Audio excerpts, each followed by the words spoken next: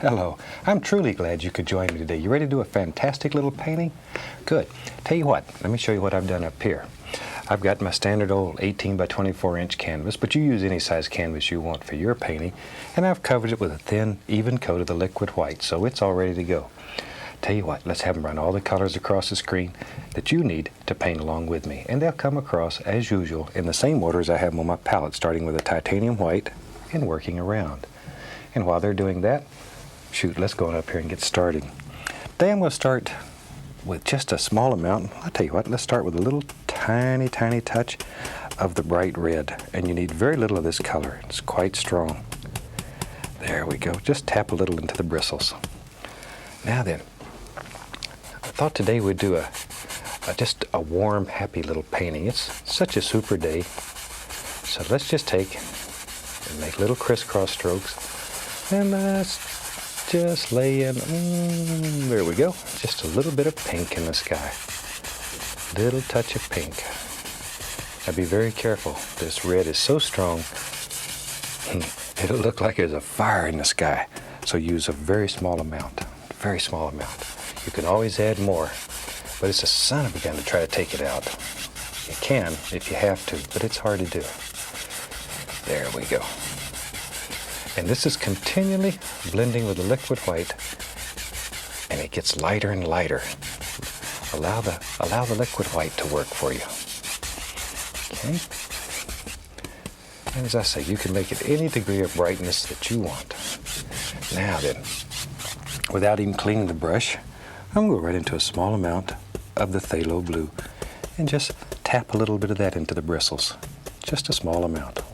Once again, these colors are very strong. It takes very little paint. Okay? Now then, still using a little crisscross strokes, let's just begin laying in some light blue areas around this pink. You just sort of let your imagination go here, and you decide where you want it to be. See? Just like so. Just let it blend together. But don't cover up your pink. The blue is many times stronger than the pink. It'll just eat it up and leave you with a totally blue sky. Okay, maybe over in here we want a little bit.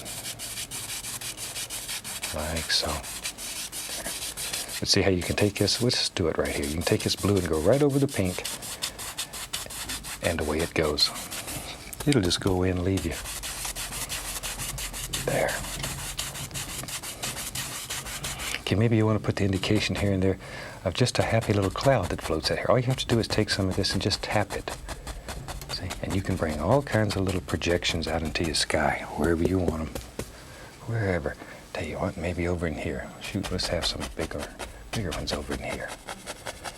Just sort of let them just work off the brush. Just have fun with it. Enjoy. I say over and over again, and I'm very sincere about it, painting should make you happy. Should just make your heart full of joy. Now very lightly here. All we have to do is just blend all this, and you can bring all this together. Okay. Now then, while we have that blue on the brush, you know me and my water. I'm crazy about water.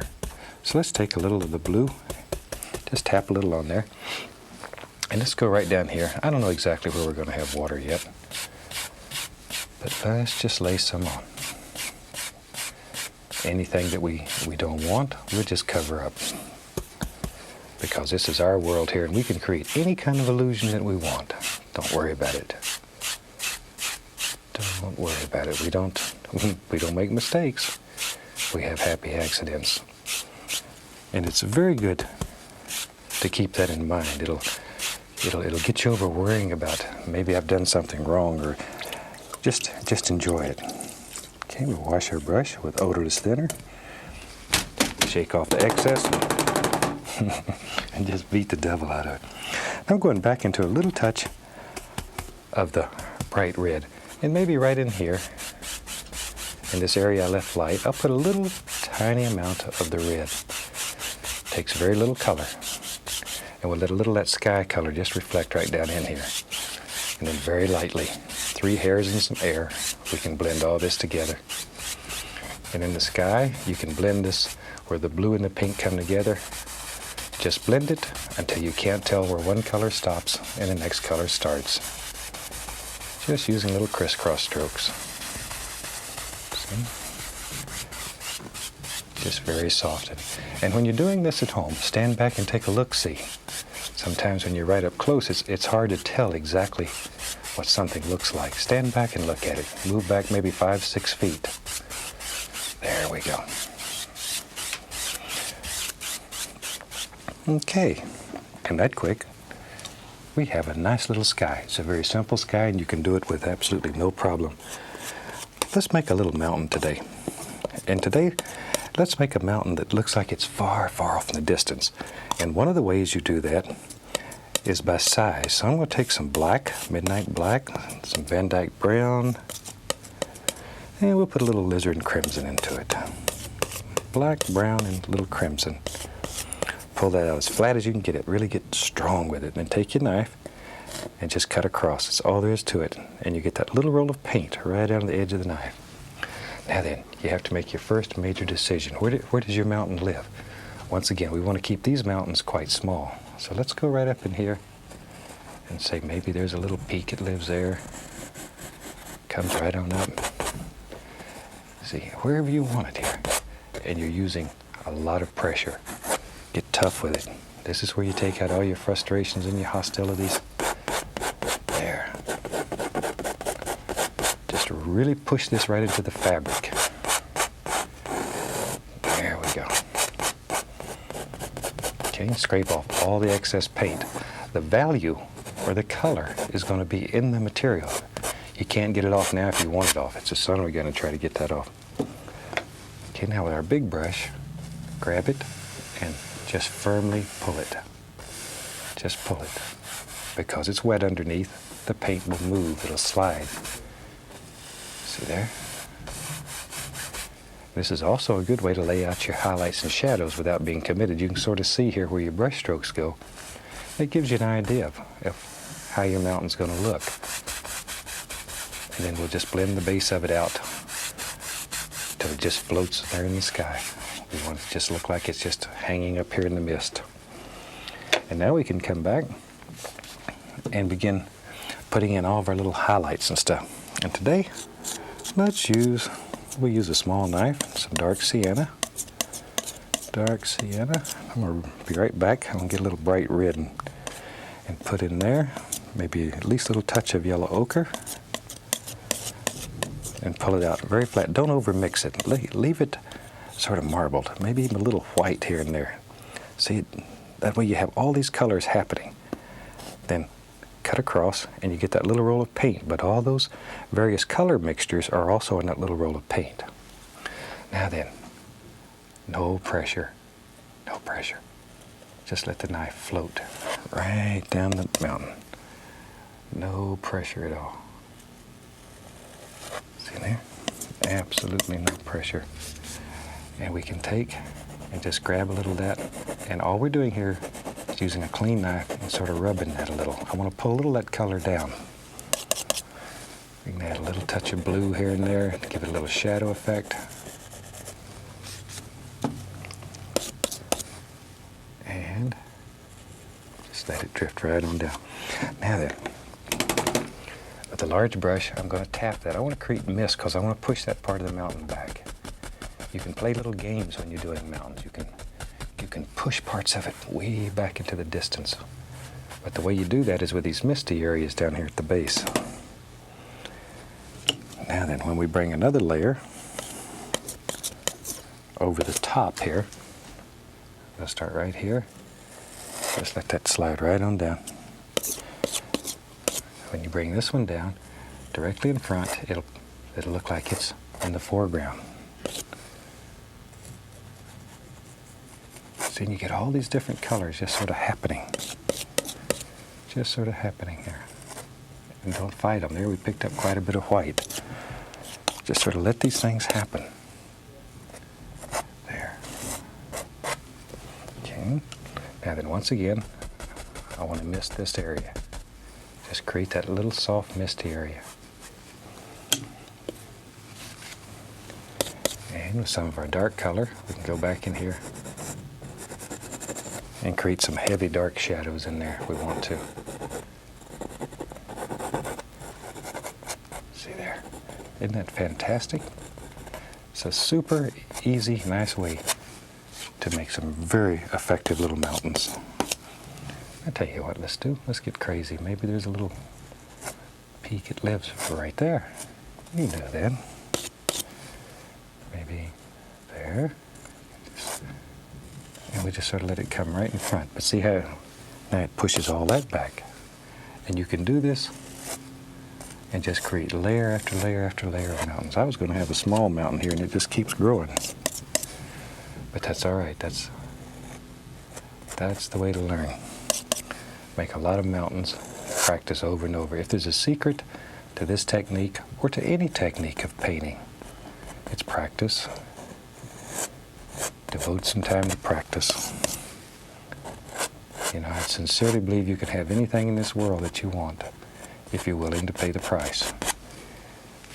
And the price for this is practice. That's all. Anybody can do it if you're willing just to spend a little time practicing. And you'll be amazed at how quick it works for you. There.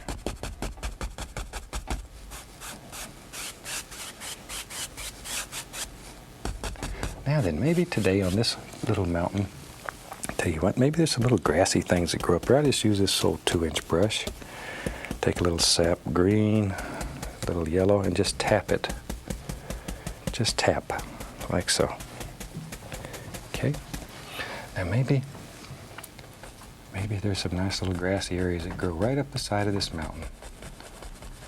Look at there. But follow the angles in that mountain. That's most important.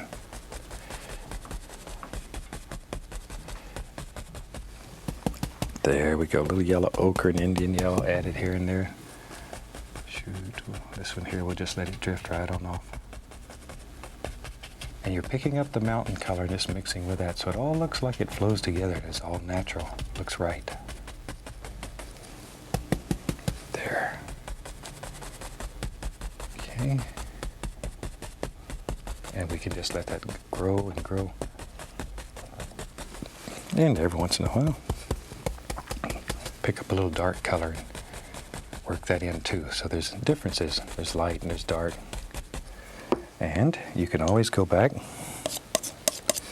and add more little bumps and rocks and stones. See there? It's that easy. You can just continually add all these little things. A little touch of highlight here and there so it stands out. Now then,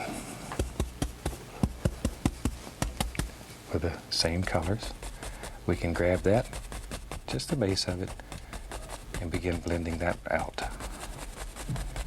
See? And from the other side, there it goes. And all of a sudden that little projection, he fits in there. He belongs. Everybody needs to belong somewhere. There. Okay.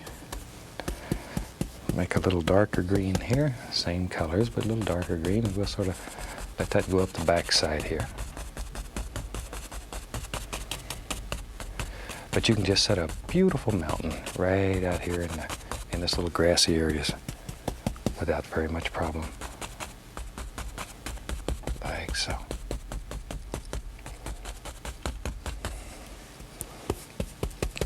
Okay. Now then. And the more you tap this, the softer it'll get.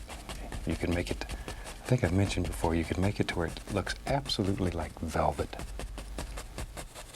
Just a nice place to sit and look at some of nature's masterpieces.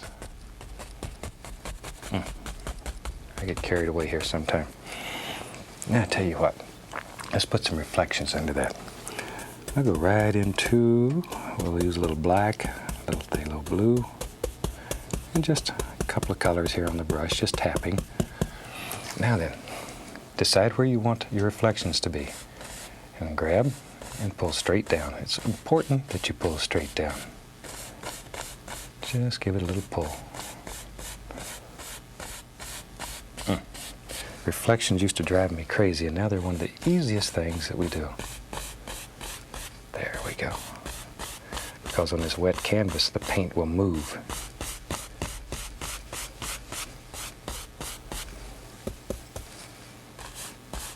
And you can make it as dark or as light as you want. Now very lightly, just go across. This will give it the shimmer, the glitter. It looks like water. And that easy, you have instant reflections.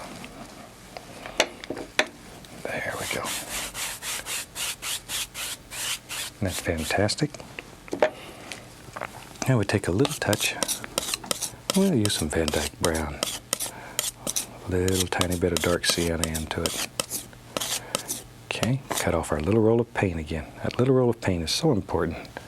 It really will pay you great dividends if you practice and learn to load the knife correctly. And just get in the habit of loading it that same way each time. See? And that easy, you can just scrub in a little bit of land out here. All I'm doing is just sort of scrubbing. There. I think I'll put a big tree over there so I don't have to worry about that. Now then, a little bit of liquid white. You know me and my big trees. I like big trees. I'm going to take a liquid white and just lay in the indication of a little water line under this land area. Like so. And act like you're trying to cut a hole in the canvas.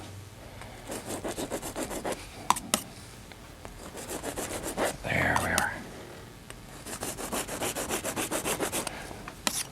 And sometimes maybe you like to have a little, just the indication of a little ripple here and there. All you do is just cut some across. But all of them should remain basically straight. If they're not straight, then they're going to look like they're going to run right out of your painting. So, tell you what, let's go into some of this dark color we had left. Pick up some Van Dyke brown. We'll get a little sap green there too. What the heck? Mainly dark colors, so that's what you're looking for. And it's time to make some big decisions in your world. I tell you what, maybe right here, there's a landmass. So we'll start off, and there's some trees and shrubs and stuff that live. There we go. There we go. See there?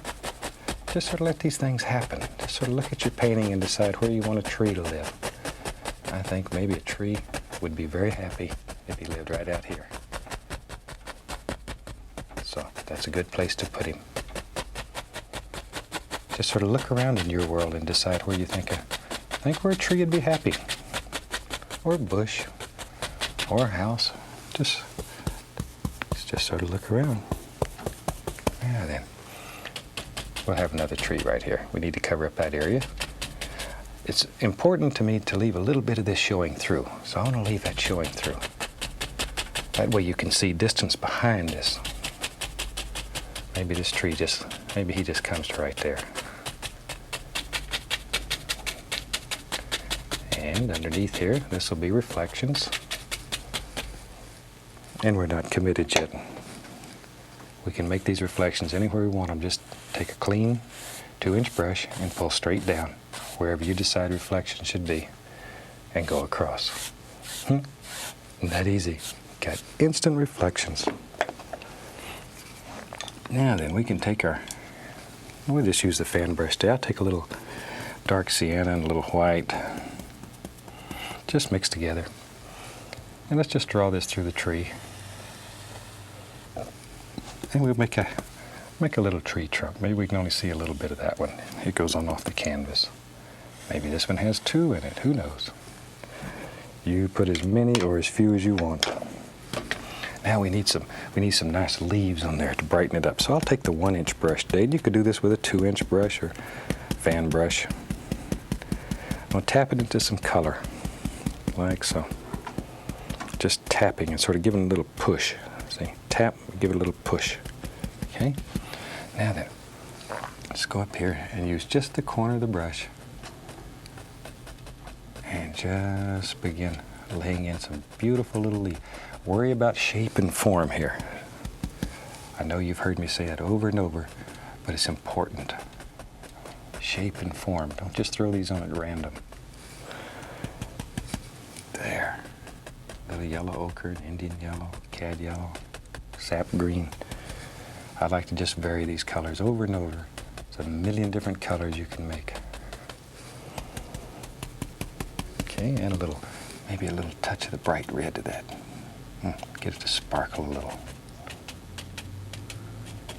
Put a few little highlights on this little son of a gun over here. Don't want him left out. And a little more of the green. And maybe down here on these bushes. You can use this brush or whatever.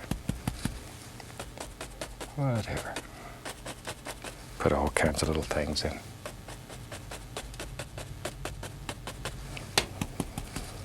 And just vary the colors. There. And you can reflect a little this into the water. Like so. And take your large brush and very lightly just graze it. Give it a little downward pull and go across. And it gives the indication of some reflections in there. Just enough to make it nice. We can go back to our Van Dyke Brown Dark Sienna mixture. And let's put in a happy little land area underneath here. And same way as we did up here, we'll just scrub this in. Just act like you're trying to rub it right through. Wherever you want it. A little bit of the liquid white. And with that, we can put in just a little waterline underneath. There we go. Take a clean knife and you can go back in here. Normally in the dark areas in between these bushes, and just put in the indication of little sticks and twigs, and helps create the illusion of depth in your painting and distance between each bush. We need something over here. Let's get crazy. We'll use them same old colors we had. Some sap green, some black, Van Dyke brown, alizarin crimson, whatever you got. Okay, let's go right up in here. Make a big decision. Maybe, there it is. We're gonna have a big something that lives right here. And all you have to do is just start out and tap in a basic shape. Boy, that son of a gun's growing on me there. And that's all right. It's really the way to learn. Just throw them in, don't worry about them. And then make a painting out of it. Used to, when I was teaching, I would have students just take and sort of turn their head away from the canvas and hit it with a big gob of color. And from that, their project for the day was to make a beautiful painting. That's one of the most fantastic ways I've ever found to learn just how to compose paintings and to work with anything that happens. Try that sometime. If you have an old canvas at home, just sock some color on it and go from that and turn it into a beautiful painting. You'll love what happens. Okay. Go back to my fan brush we used to make the trunk. And let's tell you what, let's have a trunk that lives right there. Have to make those little noises or it don't work. Maybe this one's, he's got a crook in him. Get tired of seeing all of them just be perfectly straight. We can take paint thinner, a little Van Dyke brown, and here and there. Add the indication of a few little limbs that are living here. See, wherever you want them. Or as many or as few. There. See there? And if you have trouble making your paint flow, then it means your paint is it's not quite thin enough. Remember our golden rule, thin paint will stick to a thick paint. I'm back to my 1-inch brush here. Just going to tap some color into it, like so. A little bright red, a little yellow ochre, cad yellow. And let's go right up in here and put some nice little things that live out here on this tree. Once again, work with form and shape. Oh, I know you're tired of that. But if you're out here selling paintings, that's what brings that happy buck home. Is these individual shapes and forms. There. Up here on this one. A few little things. Don't want him left out. Shoot, these son of a guns will get mad if Don't treat them all the same. They all want some beautiful little leaves and some bright sparkles on them. There we go.